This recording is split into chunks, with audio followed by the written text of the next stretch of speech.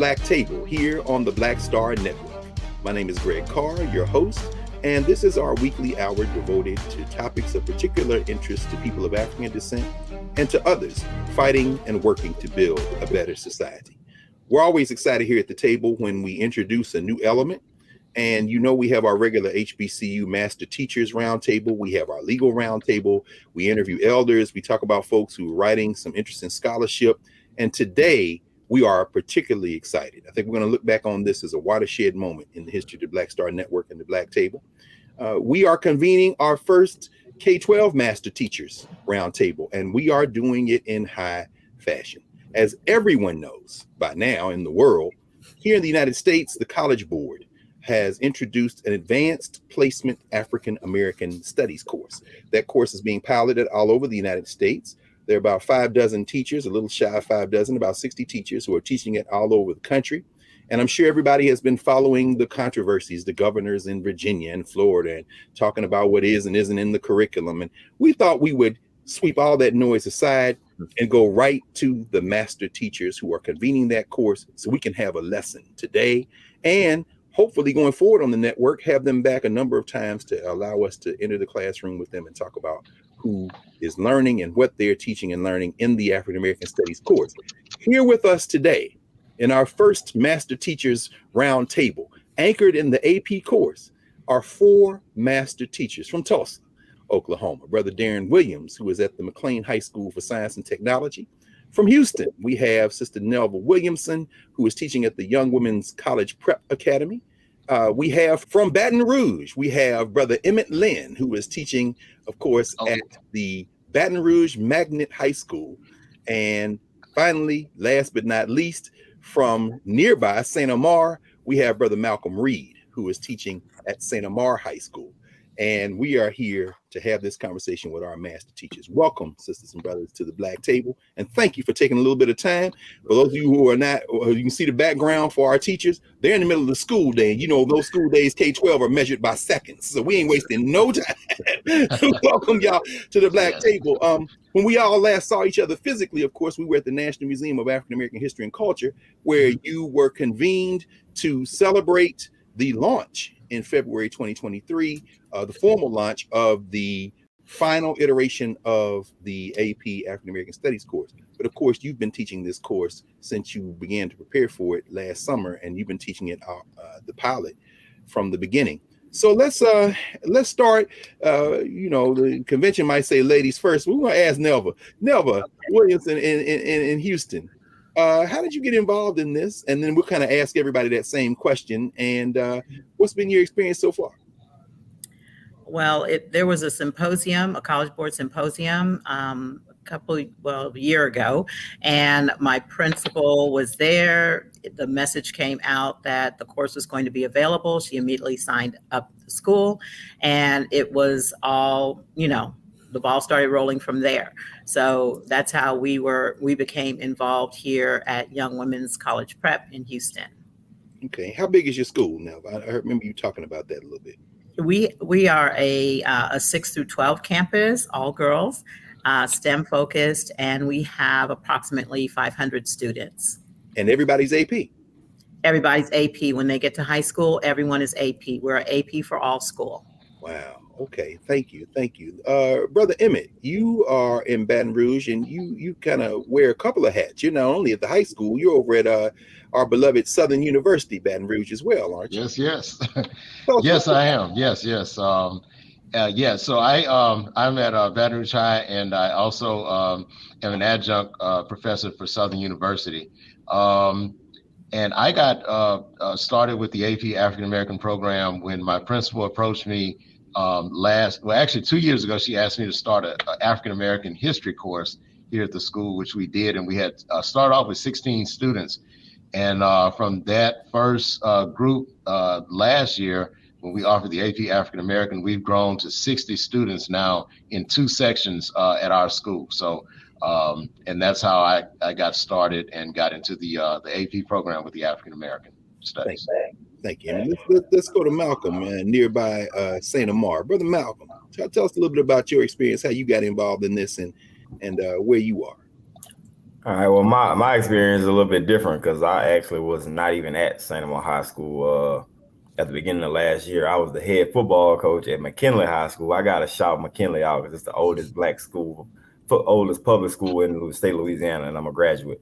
So, but things went the other way, and I end up going back to St. Amant, and our principal, text me a picture of the course, saying that they was going to be having it at St. Amant. So when I got back in February of last year, I was teaching African American studies with about 10 kids in the class. So this school year, we do a 4x4. We do a 4x4 schedule block. So the first semester I taught African American studies, and I had about 50 kids in there, but it wasn't an AP course. But to see that growth was great. And this semester I have 27 students taking the AP course at St. Amant, which is more like the second largest high school in the state, with over 2,000 students. So, it's a big deal, and I'm so thankful to be a part of it. Football is great, but I'm definitely, more excited about this right now. Well, I'm excited. Just the conversation we were having at the museum, you kind of had a unique perspective, even in terms of being someone who is also a coach on how this works. But before we come to you, Darren, I want to ask you one quick question, because a lot of folk who are looking at this may not be familiar with the parlance. What's the difference between a 4x4? These are extended minute courses, so they're not just 50 minutes or 45 minutes? Yeah. So our classes are like 90 minutes a piece, but we see the students every day. So for the first semester, they are taking 4 classes for an hour and a half a day. And then, but it's a year. They finish the year's worth of work within a semester's time. So the first semester I didn't teach AP. I only taught the regular African American studies. And now in January I'm teaching the AP course, and I'll be teaching it till May. And they'll still get, they get 8 credits a year instead of 7 as other schools might do. Okay, thank you, brother. So let's hear from Oklahoma, where the wind comes sweeping down the plain. We got Tulsa in the house, brother Darren. Talk to us, brother. Where are you, and how'd you get involved in this? Yes, sir. Again, McLean High School is where we are, and probably about this time last year, maybe a little later, my principal actually emailed me and kind of said that this is what's coming out, and talked about how important she thought it would be for our school. Interestingly, not just me. There are about 6 of us in our social studies department. She also emailed one of our other teachers, young teacher, Ms. Hall, and she said that one section would be what they wanted, but she wanted us to have 2 sections of it taught, and by 2 different teachers. And she lobbied hard with College Board to send both of us to be trained for AP, and she won. We both did get to teach it. And so just hearing about that, African American Studies was coming as an AP course to us, I was more excited about that because I was scheduled to be teaching African American Studies for this year, which I'm also teaching 3 sections of that. But to have AP, we were all in to have it, and so that's how we got involved. Okay, wonderful. Let's keep this going. We only have a couple of minutes left in this block, but I want to throw this to anyone who might want to lead out with it, and then we'll continue on the other side of the break.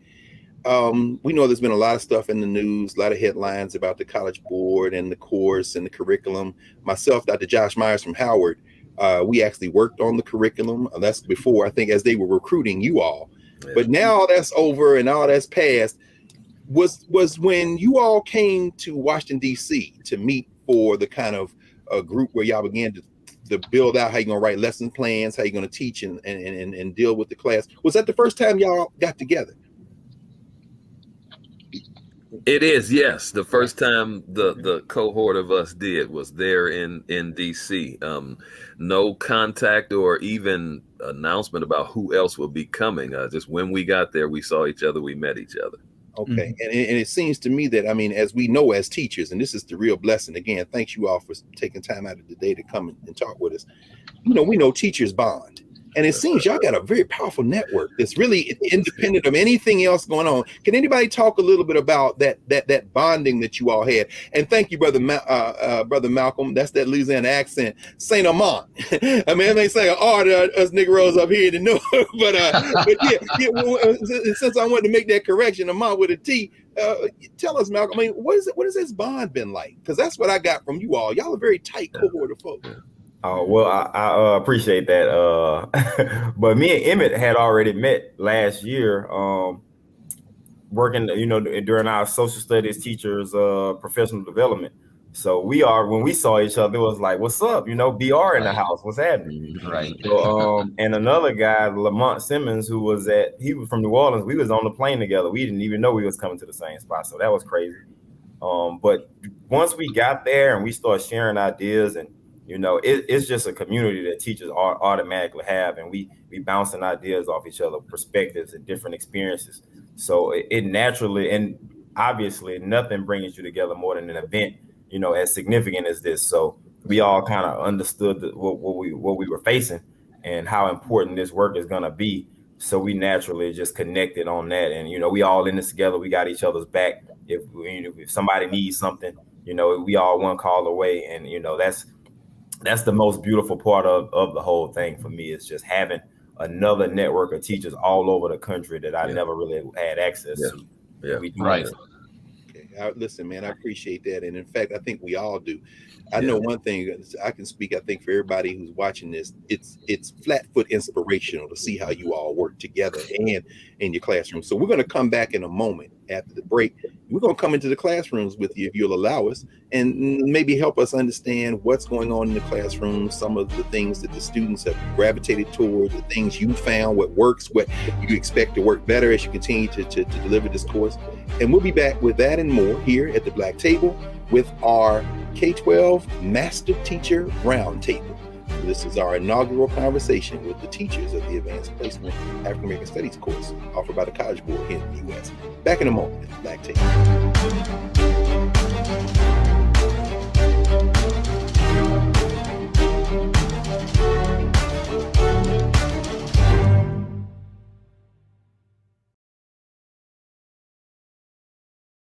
Black Star Network is here. Oh, no punch! I'm real revolutionary right now. Thank you for being the voice of Black America. All momentum we have now, we have to keep this going. The video looks phenomenal. See, there's a difference between Black Star Network and Black-owned media and something like CNN. You can't be Black-owned media and be scared. It's time to be smart. Bring your eyeballs home. You dig?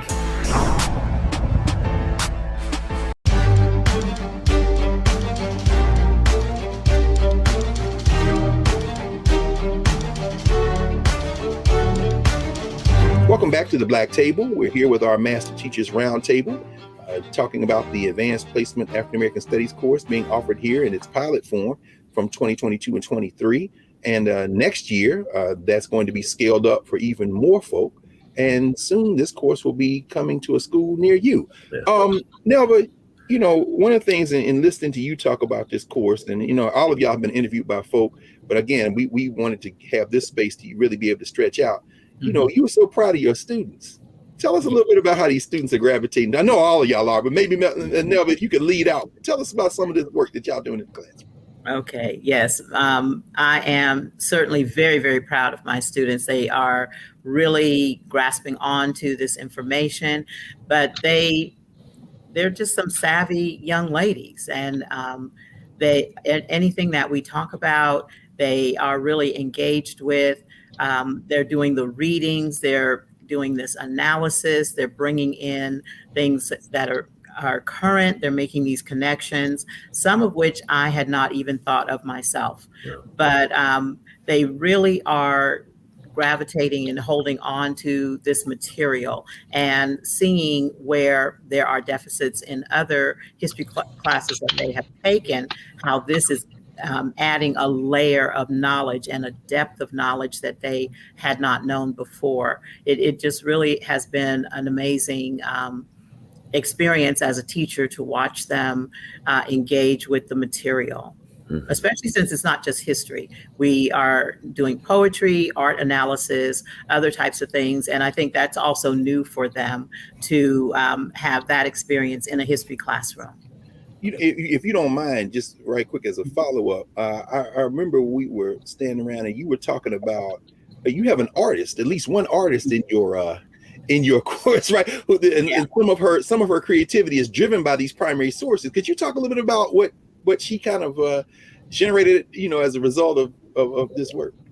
Right.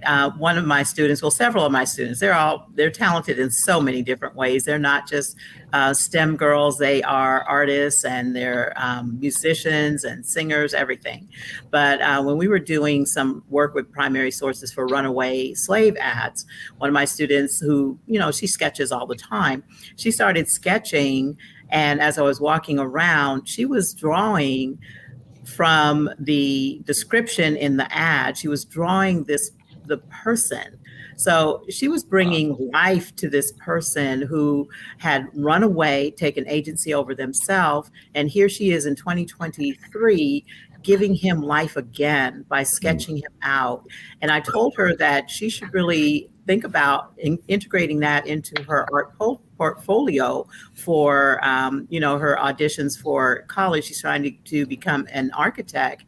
And that could be a way for her to display her love for history as well as her talent for drawing. And I mean, her sketches were really amazing. They reminded me of the sketches that the artist did of the Africans that were in the Amistad trial. That's how detailed they were, that she just drew on her memory of that. And yeah, I did share that with you because that was just something that was very organic in our classroom. But then it caused me to think, okay, hey, can we all kind of sketch this out, and have this reimagining and bring the people in these runaway slave ads to life? That's remarkable. In fact, I'm glad you said it because it absolutely is. For those who may not have been following this more closely, there are 4 units in the course, and it's driven by primary sources and source documents. And at the same time, we know, of course, like all advanced placement courses, there is a exam. I guess we're getting close to test season, but there's also a component where a student is encouraged to select their own topic for a final project that is part of their final grade. Because somebody walk us through the framework of the class and some of the things you've discovered along the way. Because a lot of people, they hear AP class, but most people not teachers, they don't understand the difference between maybe curriculum as it is outlined and then what you're doing in the classroom. So have I gotten it right? That's the framework of the class, right? Anybody just jump in. Correct. I'll jump in on this. So we have 4 units that we teach. Origins, which is the beginnings of the diaspora, beginnings in Africa and the diaspora. And then we go into slavery and resistance. And unit 2 ends at the Civil War. And then we pick up with the practice of freedom, which is post-Civil War going into, I would say, the 1940s or so. 1930s, and then we move into movements and debates, which will cover the civil rights movement and all the way to Afrofuturism. So the kids get to select a project of their choosing. We don't really have influence over that, so the kids are totally up to the student what they want to research within the field. And the only thing we can really teach are the research. Is the research process. So we don't help them edit papers. They have to conduct this scholarship on their own. And it's been very interesting. My students, a lot of their topics, as we're starting to kind of explore that, they're selecting more modern topics. I'm seeing more of the topic titles anyway that are more modern, looking at prison and incarceration, looking at sociological issues in relations to redlining and different issues like that are facing that a lot of us are still facing today. Brother, Emmett, I'm glad that you said that, but I'm find myself a little bit in disbelief because According to everything, there are topics that have been excluded and are no longer, and you can't even teach it. What are you talking about? What do you mean? They talking about the prison industrial complex and the carceral state? What? Wait a minute. Okay, this is a setup. And y'all jump in here and help us, because word on the street is that there are some topics that are off limits. Talk to us some more about, tell us about what y'all working on with these students. Yeah. So for my class, the kids have been, they're looking at everything. Everything is on the table that they have an interest in.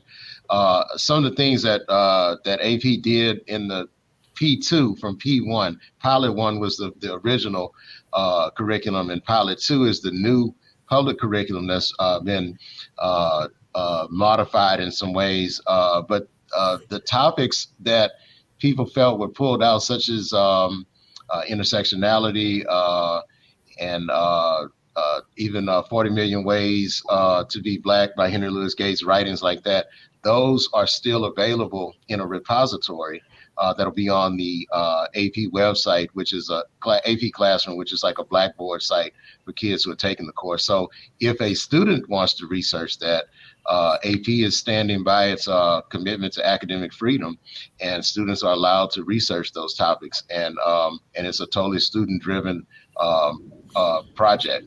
Mm-hmm. And Brother Greg. Yes, sir, please. Let me say this to that too. One of the beauties, or at least two issues of beauty about it being a studies course.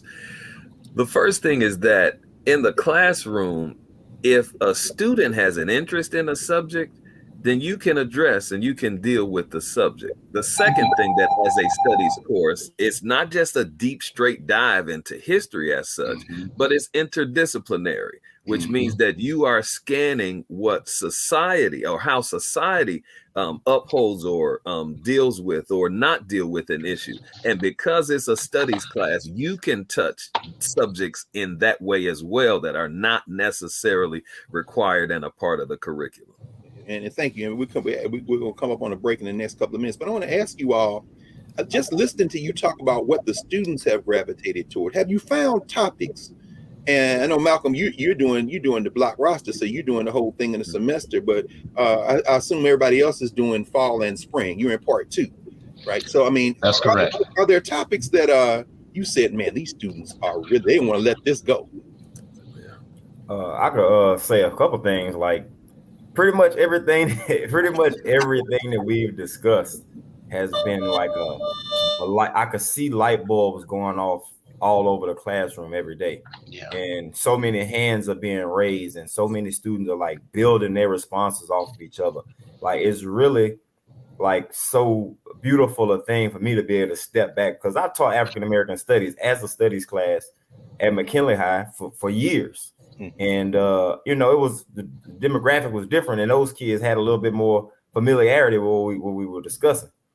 With at my school that I'm at now, it's a little different. So I'm seeing them really own, and of course, it's being an AP course, these students are high level thinkers already, and they used to this kind of situation. So seeing them like just total buy-in across the board, every student in the class is involved and active. We did a lot of work on our research projects, because I had the class right before I came on.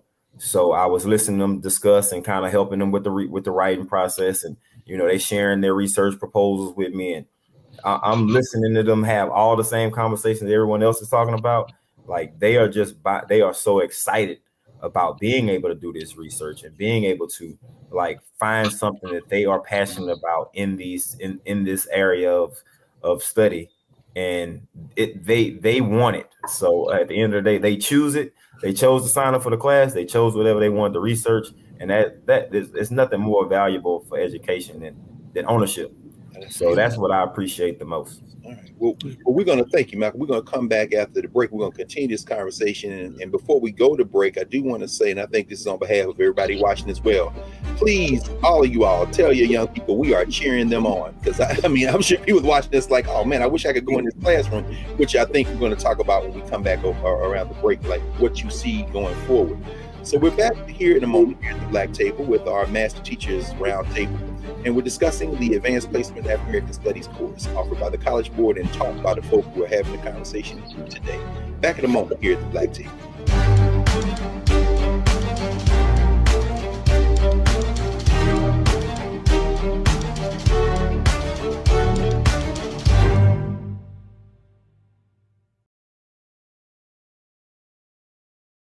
Don't you think it's time to get wealthy?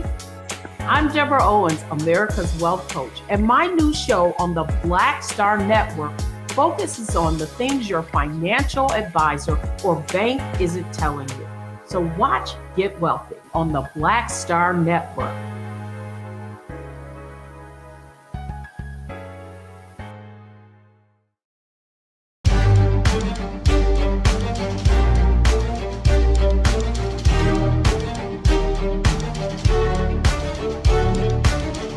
Welcome back to the Black Table here on the Black Star Network. Don't forget to support the Black Star Network. Download the app. You can join the Bring the Funk fan club. And we want to make sure that you all support this network, because the conversation we're having today, you haven't heard it anywhere else, and you're not going to hear it anywhere else. And you're going to hear more of that, more and more. So remember to support the Black Star Network. We're back with our Master Teachers Roundtable with 4 of the teachers who are teaching the Advanced Placement AP course. When we left, Malcolm, you had kind of given us some insight in terms of how the students are congealing around this course. You know, one thing was in my mind, and listening to you all talk from last summer to now, you know, how, you know, a lot of people, I never took an AP course. I don't know if any of you all did, but No, you know, I did not. but Nell didn't shake her head. She took the AP courses, right? Her and Emmy took it. Look, yeah, I am a graduate of ISS though, so I can say in school suspension. But do you think, and then of course in your case, you got all AP students, you got the young sisters there. Yes. Give us a sense of the demographics of who's in your classroom. And while we're talking about that, let us know, do you think there are going to be some students who've never taken an AP course in their life who are saying now, talking to their friends, oh, I want to take this course? Any thoughts about either of those two things? What's the makeup of your classroom? And do you think this is going to bust out beyond the traditional AP students, so to speak? Well, I will tell you that the makeup of my classroom, we are actually a majority minority campus. So majority of our students are African American and Hispanic, and a small portion of our students are Caucasian. So, you know, this is some history that they know, but not a lot that they know. One thing that I do want to point out is, you know, there's all this talk about taking intersectionality out of the course. Yes, ma'am. We're a girls' school. We live in the intersection of being in young people of color, in the case of my students, and also women. So there's always this discussion that I have with them. It's just organic. It's not anything that's forced as to how to navigate this history or how to understand this history through the eyes of a woman of color. So that you don't have to teach that, it's just there. And I think that a lot of misunderstanding comes from the fact that there are things that are going to come out in the course that seem to be those forbidden topics, but they just come up kind of naturally. It's not as if we have to teach that. You have to understand this is a national course. We want it to be able to be taught to everyone, and we don't want any state to be able to say, aha, that's why we don't want to have that course, and prevent our students from having it. It's just something that grows out of it. But with our demographic here, it's just something that's natural. I have 6th grade parents, when they take the tour of our school and they happen to come by my class, and you know, our ambassadors are saying, well, this is Mrs. Williamson. She teaches all these AP courses, and she's piloting AP African American Studies. They're like, oh, can I sign my child up for that? No, ma'am, I'm sorry. She's in 6th grade. She has to be in 10, 11, and 12. So, you know, there is this this thought of looking forward. There are students who are in 6th grade who are looking forward to taking this course because we have that interest. Anybody else? Demographic. Thank you, Nelva. That's fascinating. Demographically for us, which is very interesting to me, my class is majority African American, but only slightly. There are just about as many Hispanic, Latino American children in my class. I have a significant portion, probably like about four, Asian Pacific Islander students. and I have white students in my class too. And to connect this to the discussion just a moment ago about the things that my students gravitate to the two subjects that have really riveted my class has been on breeding farms. We talked about enslavement and the breeding farms, and when we've talked about lynching. And what has been a marvel to me to understand, my Hispanic students and white students are the ones that were the most drawn into those subjects. One of my Hispanic students asked me, after we talked about lynching, so we came right out, talked Reconstruction and how lynching, at least cataloging, begins sort of in that space. And she asked me, she's a senior, I wonder if white people were ever sorry about the things that they did. And so I used some supplemental a resource about Brian Stevenson and his Equal Justice Initiative. He tells a story about when one of the sisters is collecting dirt in the jar from one of the lynching sites. The white man drives by and sees her doing that and speeds off, and he comes back and he asks her what she's doing. Eventually he gets out, and with tears flushing, he's plunging his hands in the dirt, helping her do that. She asked me, my student, after she saw Brian Stevenson tell this story, I wonder if we could ever go to a museum like that to see that. Other students chimed in. Yeah, can we go? And I started. I didn't know the possibility, but I started after that, at that point, to work on the trip. We're going next year to Montgomery. Yes, sir. Come on, man. Hey, yes, look, the black table is seen all over the world, brother. I suspect that there are going to be a lot of people hearing this that are going to want to help y'all go wherever y'all want to go, man. So what a story. Thank you, man. That's somebody else jump in. Give us a glimpse. I want to jump in because the field trip side of it, we just went to the Donaldsonville River Road Museum, right across the river, here in Donaldsonville, Louisiana, where there's so much history there. And so many of the kids we saw, the truth. And, it just impacts those kids in such a big way. And we had a group that went on a civil rights tour.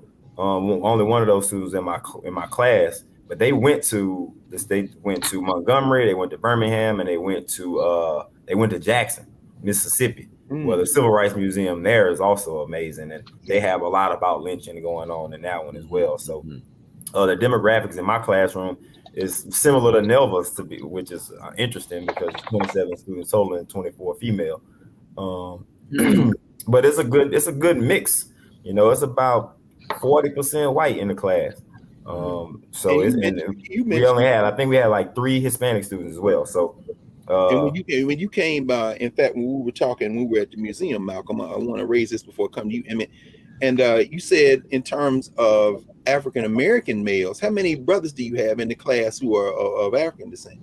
Oh, it's only one brother. That's what I thought I remembered, brother. Brother. And as a coach, do you imagine there are going to be some students, for example, who may not have thought about AP and Emmett, you might want to bring up the how you looked at AP when you were in high school in a minute. When I ask you, there will be some non-AP students who might want to take this class. Do you think? I'm working on that. As a football coach, that's the largest group of African American males participate in football on the campus. And it's the basketball as well. So I'm working hard to get some of those guys to open their minds up and give it a chance. But some of them are intimidated by just an AP course in general. I was a football player, never wanted to take AP myself, so I understand that. But if had there been AP African American Studies, a class specifically for me, that I could obviously relate to on a different level, I probably would have been more interested in it. So I do expect a significant growth in the course roll next school year for sure. Okay. Well, thank you, man. But before we go to break, Emmett, squeeze you in a little bit, brother. Give us a little insight, and then we'll take the break. We'll come back on the back end. On our last segment, we'll really open it up and continue the conversation. But give us a little glimpse into your room, man. Okay. Yeah. So in my room, we're having a similar experiences. But I want to say this. This is and I've been teaching. This is year 29, and I can honestly say to you, this is the most engaged and exciting course that I have ever taught. And I kid you not, hands down. And let me tell you why. So I tell people we have original jurisdiction with many of these stories because many of the kids will hear for the first time from us. They will hear people's names for the first time from us. They will hear about events from us for the first time. And so I don't take that lightly. And the kids, though, they really want to know all of these things. In our city, one of the typical dividing lines has been a place called Florida Boulevard, where you can separate pretty much socioeconomic status, race, and everything. And our school is right near that street. And many of the kids have basic questions because they want to know, why do certain people live on this part of town or in this part of town and others live on this end? And why is the level of economic activity here like that? And so I always refer them back to the stuff we're studying because that the answers are in everything we're studying. And I have seen, as Malcolm said, light bulbs going off daily in my class, kids so engaged. And the real, to me, tribute was when we had parents' night. Parents came up here to see, sit in and walk their kids' schedule. And the number of parents who, number one, reached out and said, is there anything we can do to help you with what you're doing? And number two, they said, we are loving the conversations we're having at home at our dinner table about what you're doing in this class. And we want to come up here. Some of the people wanted to actually leave work to come and sit in the class to be with us. And I've invited them. There are so many people reaching out that want to be a part of what's going on with this. So it's so dynamic. And but my kids, the makeup of my classroom is predominantly female. I have about, out of 60 students, I think 5 young men, 5 young brothers in the course, and it is I do have about 20% white, Asian, Middle Eastern, but the majority Black females, and it's really a good course. I really have a good group of kids, and they have pushed me in ways that that I didn't even think that would happen. But this has been exciting, so I'm glad to be a part of this.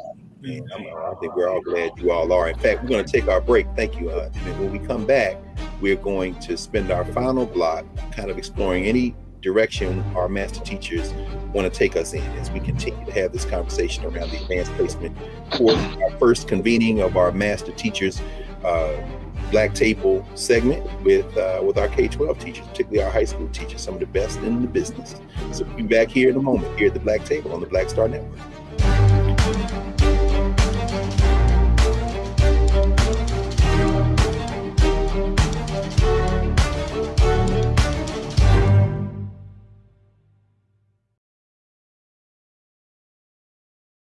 When you talk about blackness and what happens in Black culture, we're about covering these things that matter to us, speaking to our issues and concerns. This is a genuine people-powered movement. There's a lot of stuff that we're not getting. You get it, and you spread the word. We wish to plead our own cause. Too long have others spoken for us. We cannot tell our own story if we can't pay for it. This is about covering us. Invest in Black-owned media. Your dollars matter. We don't have to keep asking them to cover our stuff. So please support us in what we do, folks.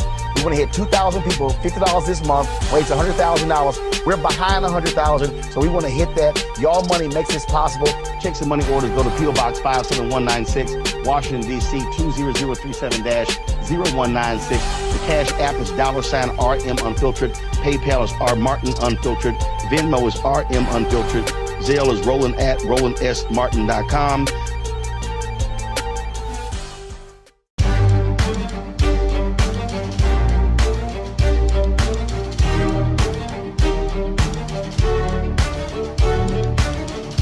Welcome back to the Black Table here at the Black Star Network. I'm your regular host, Greg Carr, joined today by our first convening of our K-12, in this case, secondary educators master teacher roundtable. with some of the teachers who are pioneering with their students and the communities that they are working in, the advanced placement course offered by the College Board in African American Studies. Thanks again for joining us, y'all. How important in all the headlines and all the back and forth between some of these people, my friends too, man, academics at the university level saying we were left out or not left out. I think you've answered all of that. I want to ask you a question specifically about input. Now, we've heard some elected politicians talking about, they reviewing the course and all this, but how important has it been, the input that you and your students have had in between the pilot course and the course that's now mounted by the AP? I mean, how important has it been for you to say, this is what's working, this is what people seem to be gravitating toward, maybe a little bit more of this? Did you all participate in that process at all? Yes. Yeah, we do it weekly because we get a survey every week that College Board sends out. They ask us what we had covered and how did it go? Was the length of the material too long? Was it too difficult? They asked for suggestions for us to, modify. It's a framework. And I think that's the part that a lot of people don't understand who are outside of academics, especially K-12, that this is a framework and teachers build into it what we need. Just a really quick thing that my students we were talking about this week is the Sugar Land 95. Many people around the country do not know that story, but when an adjacent school district was building their career center, they found 95 bodies of convicts who had been worked to death on their property. And so we had to talk about that and how do we honor people who were essentially lynched by the state. So, we have things that we bring in through local history. That's not history that's everywhere. Other people might be interested to know about it, but my students certainly were interested, and they were like, how can those kids go to a school and their bodies right outside? That's kind of a ooh moment for me too. But, College Board has done their due diligence in working with the teachers and getting our input. And because we're the ones that are in the classroom, no disrespect or disregard to academics who are doing their thing. They can't disregard what we're doing here in the classroom on a day-to-day basis. Absolutely. And thank you to Nelva for really explaining the difference between curriculum and actual lesson plans. And College Board says at the beginning of the document, these are not lesson plans. Y'all got to do that and working it out. I mean, has this been other folks' experience as well? This local history, this kind of getting your hands in that, has that been a key element of this? And Emmett, you said something about the students are being surveyed too? Yes, that's correct. College Board did also reach out to us to connect the students so that they could get their input.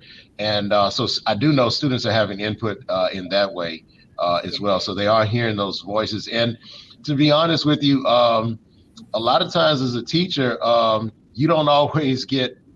people don't always come and tap into the expertise that is within the walls of these classrooms.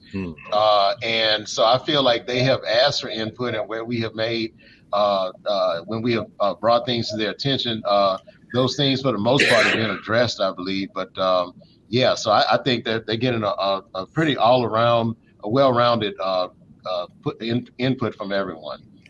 And before I go on to Malcolm and Darren, if you don't mind, just maybe a quick second on the fact, because you are teaching as well at one of our flagship HBCUs, a lot of conversation, particularly coming out of Florida, where the governor's like, we can get rid of College Board because we can do IB, International Baccalaureate, we can do dual enrollment. You have some experience with dual enrollment. Any sense of how this course that you all are teaching is going to translate at the college level? So what when the course was designed, as we were told in DC over the summer, the course is designed to give students as much of a comprehensive view of the field as possible in a year in a high school, with the hopes that the things that they will learn from us, that it will help them to, if they choose to take more courses in Africana studies and in African American history and what have you. So at Southern University, the current dual enrollment leadership reached out to me via social media when some of these stories were going on, and she had actually kicked around the idea in a post about developing a course for Southern for dual enrollment to offer in African American studies. So I think though that what College Board has put together, in my opinion, what they have put together with all the scholars that they were able to bring together is, as Nelva put it, a good framework so that a person who does not have a lot of experience with many of these stories could teach the course effectively and learn as they go and get better at it as they continue to work with it. So yeah, but Southern University and dual enrollment is a real big thing right now in the country. And there are a lot of universities that are tapping into the dual enrollment. I do know that some universities will not accept dual enrollment from other institutions. So every institution is kind of, here in Louisiana, I know that that's what I'm being told, that certain institutions will only accept dual enrollment instructors from their university as credit at their school. So it's a real interesting concept with the dual enrollment. Well, I'm gonna tell you right now, brother, you just birthed an idea. As you all know, we have an HBCU master teacher roundtable. We do a network of historically Black colleges and universities with the folk who are teaching the AP African American studies course. I think you just gave us some work, brother. So everybody watching, you're Grambling or Southern or Texas Southern or Prairie View or Langston or over there at Lincoln of Missouri, not Lincoln of Missouri. Yeah, Lincoln is in Jeff City, Missouri. I'm thinking about Langston. Brother Darren. Don't forget Mississippi State. I gotta say that. Come on, you gotta do that, brother. State Delta Devils, baby. Yes, sir. Jerry Rice. Hey, look, I want to state, I'm one of them HBCU field Negroes. They just let me know. Yeah. Look. You and Darren take us home, man. Any insights anymore about the input, how this is shaping the course going forward? Okay. So I'll say this. Like I said, I taught African American studies for years. And I had kind of, borrowed sources from all over the place. And when I got to DC, and they could probably remember me saying it over and over again, like, I've been just making this thing up from scratch the whole time. So like now I have a framework to work from myself.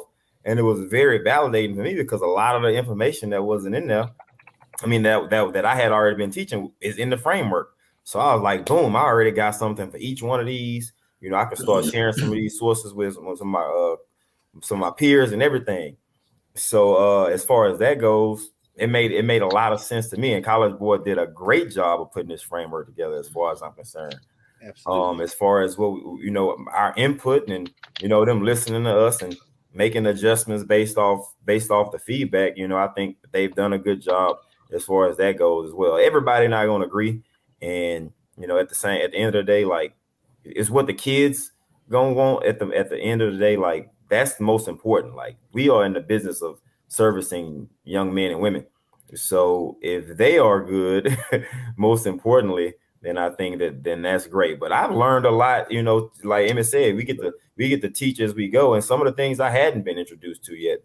So learning more about the creation of Black studies in general, I learned that Mississippi Valley held the largest boycott of every school in the country. Yes, sir. And I went there and I didn't know that. Yes, so what that has done for me is open my eyes in so many different ways. And I get to share that with my students and talk about local history. Baton Rouge bus boycott in 1953, which helped to influence Montgomery.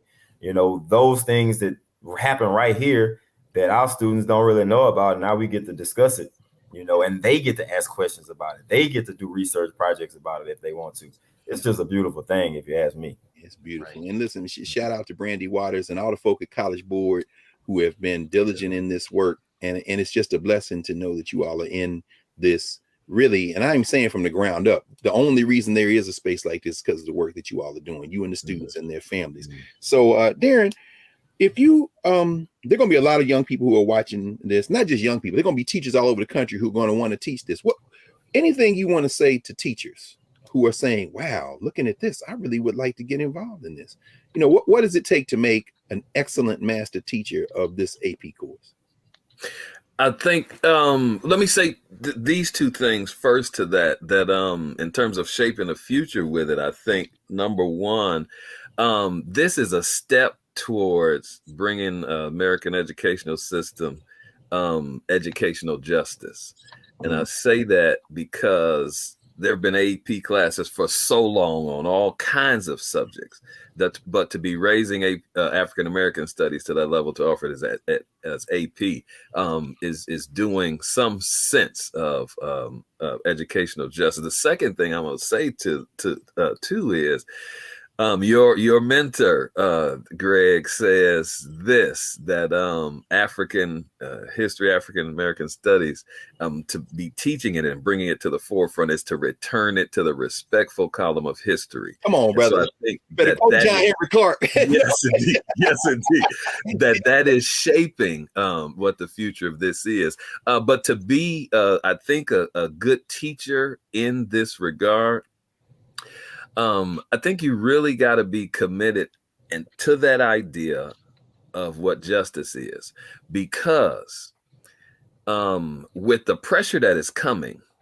onto a course like this, a lot of the country doesn't even want to hear about African American studies. A lot of them don't even want to know about African American people, but the teacher who's going to teach it has to be committed to knowing what they're doing, knowing what they're talking about, and standing firm, standing strong. To be able to give to students what they need so that their generation, when they become teachers, that this work can continue in that regard. It's a future long goal look, I believe, in being successful in teaching this. Well, we're gonna pause. Thank you, brother, with that word, Darren. We want to thank you all and ask you all to come back to bring some more of your comrades and colleagues. What we would like to do here at the table and at the network is journey with you. I think everybody watching this now is on fire. They want to know. So as we continue to have this convened dialogue, what we want to do, of course, led by you and your students and the communities, is continue to get this peak in terms of what you're teaching, what we're learning. There are people taking notes right now. I know I've been sitting here taking them as well. Nelva, now I got to go and do some diving on the Sugarland 95, or I just wait for the student projects to come. We come out of and actually, we should maybe next time we can talk about what you all imagine the product, your student projects will be. Of course, they'll be graded, they'll get the credit, but maybe this needs to be a journal.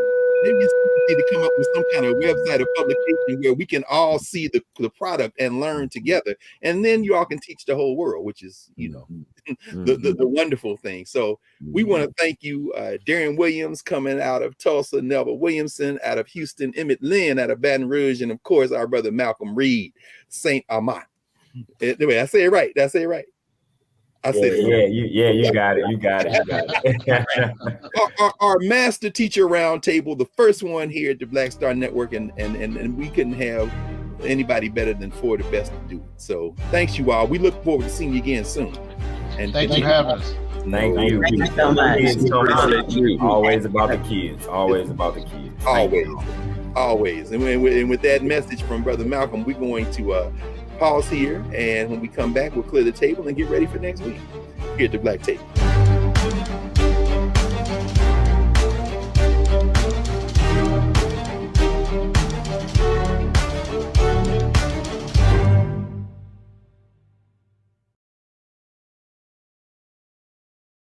Hatred on the streets, a horrific scene, a white nationalist rally that descended into deadly violence.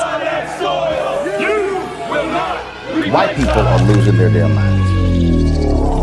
As an angry pro-Trump mob storms the U.S. Capitol, we've seen We're about to see the rise of what I call white minority resistance. We have seen white folks in this country who simply cannot tolerate black folks voting. I think what we're seeing is the inevitable result of violent denial. This is part of American history. Every time that people of color have made progress, whether real or symbolic, there has been what Carol Anderson at Emory University calls white rage as a backlash. This is the rise of the Proud Boys and the Boogaloo Boys. America, there's going to be more of this. Here's all the Proud Boys, guys. This country is getting increasingly racist in its behaviors and its attitudes because of the fear of white people. The fear that they're taking our jobs, they're taking our resources, they're taking our women. This is white fear.